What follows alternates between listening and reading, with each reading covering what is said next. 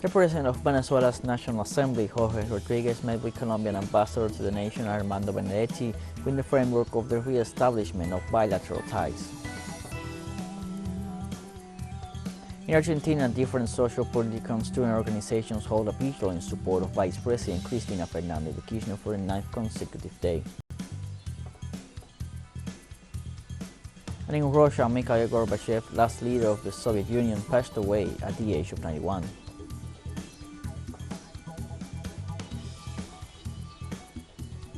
Hello, welcome to From the South. I'm Luis Alberto Matos from the teleSUR studios in Havana, Cuba.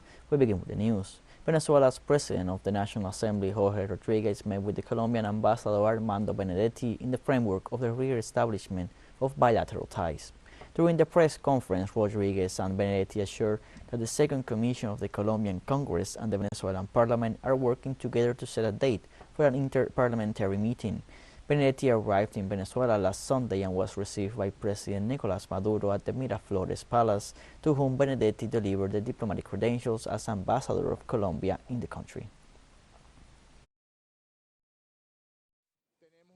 We have common historical relations. We have a border that has to be attended to in a consensual, coordinated, and dynamic manner, so that the people of Venezuela and Colombia who live along this border feel that relations such as those that are being undertaken now are much better than what happened in the past. Colombian ambassador to Venezuela, Armando Benedetti, stated that breaking relations with the Venezuelan people was a mistake. What I have come here to say is that someone with an imaginary line may want to feel himself better or divide brothers like us. What was done to sever relations was something quite... Well, Maduro told me yesterday that I could not speak as a senator. So it was quite wrong to avoid using too many adjectives. And that is why we came here. And I'm a person of trust of President Petro, and that is why I am here. Colombian Ambassador Armando Benedetti also met with the Minister of the People's Power for Defense, Vladimir Padrino Lopez. Both officials discussed the re-establishment of trust and binational respect. Benedetti then met with Venezuela's Vice President, Jorge Rodriguez. The Colombian ambassador was also received by the Minister of Oil, Tarek El Aissami, to discuss energy cooperation issues between both countries. The Colombian diplomat also met with the first Vice President of the United Socialist Party of Venezuela, Diosdado Cabello, who welcomed him at the headquarters of the legislative branch.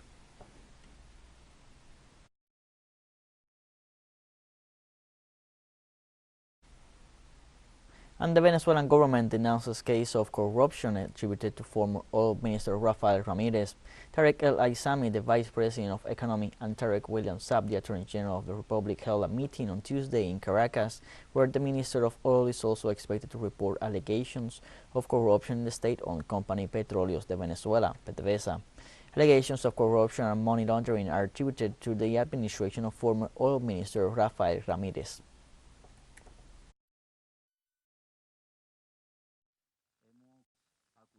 We have resorted to the Attorney General's office to denounce and consign all the evidence, the information, and the proofs that reveal one of the most serious corruption schemes that we have ever known in the oil industry. It is a fraud, and allow me to qualify it as a mega fraud, a mega robbery, directly orchestrated by Rafael Ramirez, ex-Minister of Energy and Oil. The Venezuelan oil minister presented evidence of the theft of $4.85 billion in 1 year from the state-owned company PDVSA during the administration of former oil minister Rafael Ramirez. In 1 year, PDVSA paid $4.85 billion. We have delivered to Dr. Tarek William Saad a certified copy of the 28 vouchers or transfers that have been made, and all the information corresponding to each account of these funds, of these $4.85 billion that have been stolen and that were stolen by Rafael Ramirez with the help of others that I have not yet mentioned. We're going to take a short break now. Join us again after this.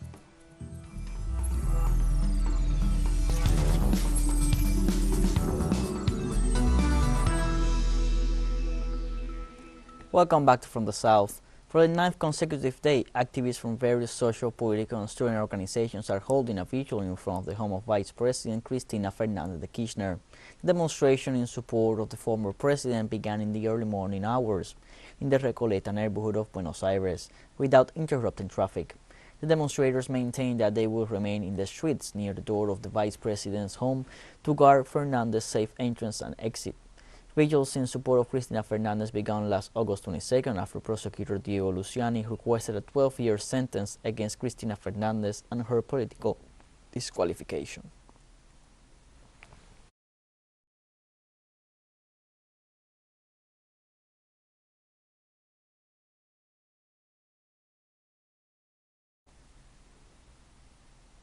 In Colombia, the Special Jurisdiction for Peace announced the start of an investigation into criminal networks between state forces and paramilitary groups. Judge Belkis Izquierdo Torres said investigations carried out so far registered 15,710 victims of acts attributed to members of security forces associated with paramilitarism. As for the incidents to be investigated, there are close to 56,000, which include 8,345 homicides, 2,940 forced displacement, and 1,249 cases of torture. Belkis Izquierdo acknowledged that in this large-scale case, they will retake the files and evidence already collected by the justice and peace criminal justice system.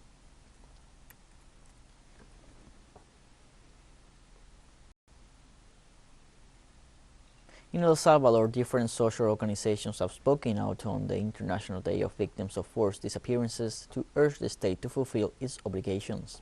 This movement, led by a group of Salvadoran civil society organizations, is urging the government to establish mechanisms of prevention, attention and guarantees that such events will not be repeated, and also to commit authorities to provide an agile and effective response for the immediate search of victims of this crime. Around 8,000 people have suffered forced disappearance at the hands of state agents during the armed conflict.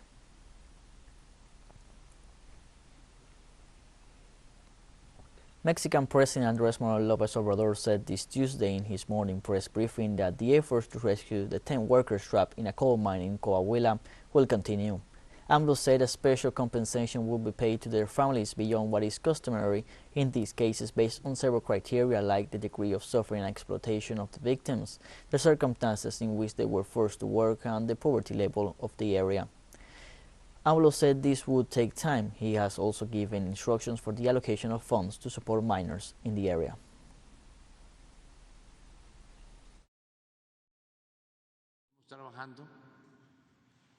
We continue working to rescue the miners, and we're not going to stop working on the rescue. The rescue is not going to stop. It has not stopped. We are still extracting water from the deposits. We are still working there. And now we're going to start a procedure that technicians are recommending to have better results. So when we rescue the miners, then we will talk about the memorial.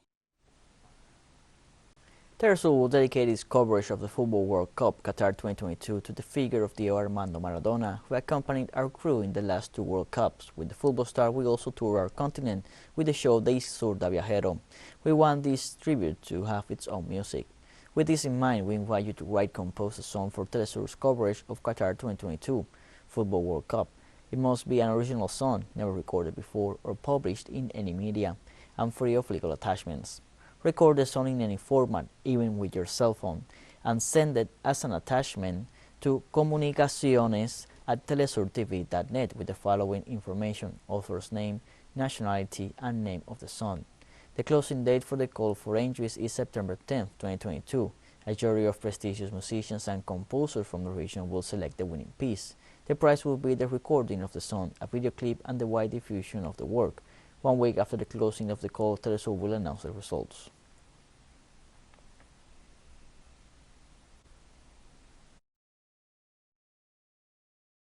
Let us go over two of the four musicians who will choose the winning piece. Juanito Ayala is a Chilean songwriter and singer. Thanks to his 15 years of musical career, he has become one of the leaders of the Chilean music with social and dancing themes.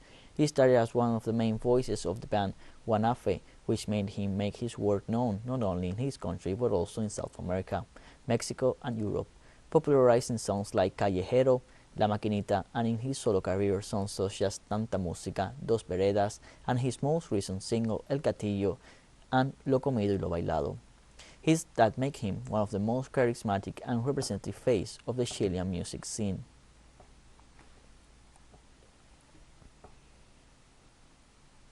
Mexican rapper Rodrigo Lopez, also known as Lengua Alerta, comes from Naucalpan, a city located on the outskirts of Mexico City. From a very young age, he joined rock, garage, and punk bands. In the middle of the 90s, he joined the rock band Tijuana No, a band that from the beginning was characterized by the strong political and social criticism. Already starting his career as a soloist, Lengua Alerta gets fully involved with the sound system culture, originally from Jamaica, performing in public spaces, urban and rural stages to take his lyrics and sound to cultural forums as well as to indigenous and autonomous communities. Among his most outstanding singles are Aurora, Tu Nombre, and A Recuperar.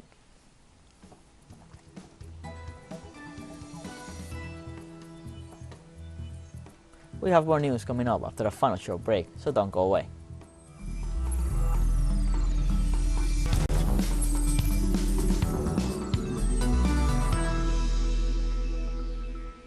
Welcome back from the South. Mikhail Gorbachev, the last General Secretary of the Central Committee of the Communist Party of the Soviet Union and the first and last president of the USSR, died Tuesday at the age of 91. According to TASS news agency, Gorbachev was hospitalized at the very beginning of the COVID-19 pandemic at the request of his doctors and had been under medical supervision ever since. On the eve of his death, Gorbachev arrived at the hospital for hemodialysis as he was suffering from kidney problems. His death was reported on Tuesday night on a statement that said he had died in the evening after a serious and prolonged illness. A divisive figure, Gorbachev's supporters credit him with having played a key part in bringing about an end to the Cold War, while opponents accuse him of aiding in the fall of the Soviet Union and a major loss to Moscow's prestige and global influence. He was awarded the Nobel Peace Prize in 1990 and is considered one of the most prominent political figures of the 20th century.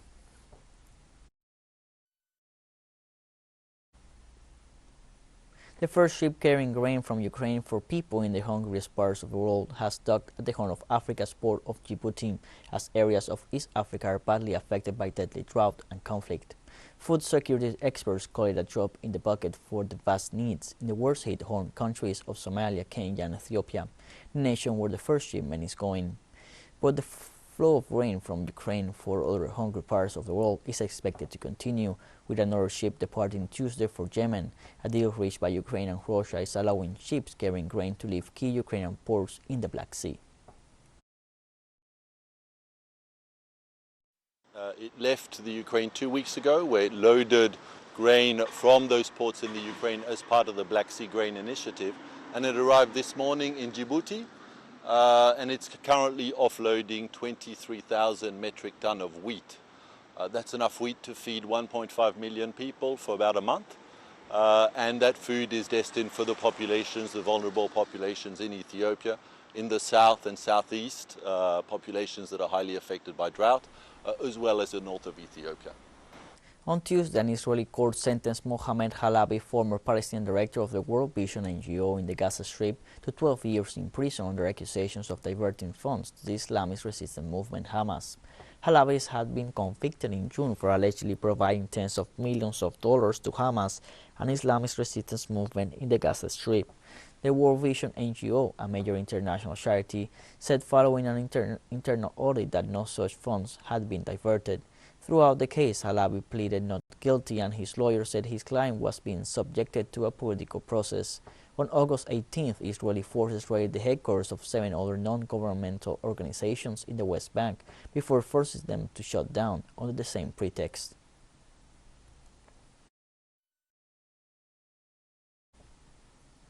The World Health Organization's Europe Director Hans Kluge said on Tuesday the monkeypox outbreak may be slowing in the European region. Kluge stated there are encouraging early signs, as evidenced in France, Germany, Portugal, Spain, the United Kingdom and other countries, that the outbreak may be slowing. He said meanwhile that COVID-19 continued to pose a risk, with the region projected to reach 250 million cases in a matter of weeks, a third of the global record since the pandemic began 2.5 years ago. The WHO's Europe Director also sounded the alarm on a resurgence of the polio virus in several countries, urging communities to get vaccinated as soon as possible. With the European region recording more than 22,000 confirmed cases across 43 countries and areas, representing more than a third of the global tally. There are encouraging early signs, as evidenced in France, Germany, Portugal, Spain, the United Kingdom and other countries, that the outbreak may be slowing. To move towards elimination in our region, we need to urgently step up our efforts. Yet we believe we can eliminate sustained human-to-human transmission of monkeypox in the region, if we commit to doing so and put the needed resources towards that end. Families and friends of victims who went missing during the martial law era of late Philippine President Ferdinand Marcos Sr. marked the International Day of the Disappeared with a gathering in Manila on Tuesday. They voiced their demands for justice for their missing loved ones during the event at the Heroes Monument in the Philippine capital. The group also renewed their calls for answers on the whereabouts of the nearly 2,000 people who disappeared from the years of Marcos' administration until the end of Rodrigo Duterte's term. During Tuesday's event, the group also denounced the first case of abduction and disappearance under the new administration of Ferdinand Marcos' son.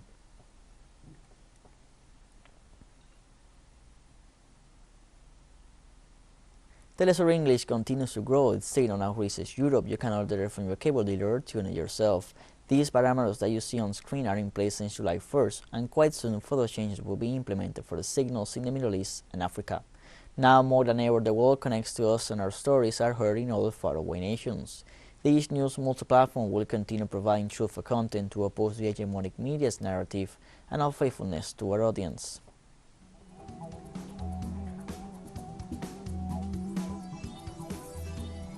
And we have come to the end of this news program. You can find these and many other stories on our website at telesurenglish.net. You can also join us on our social media, Facebook, Twitter, Instagram, and Telegram.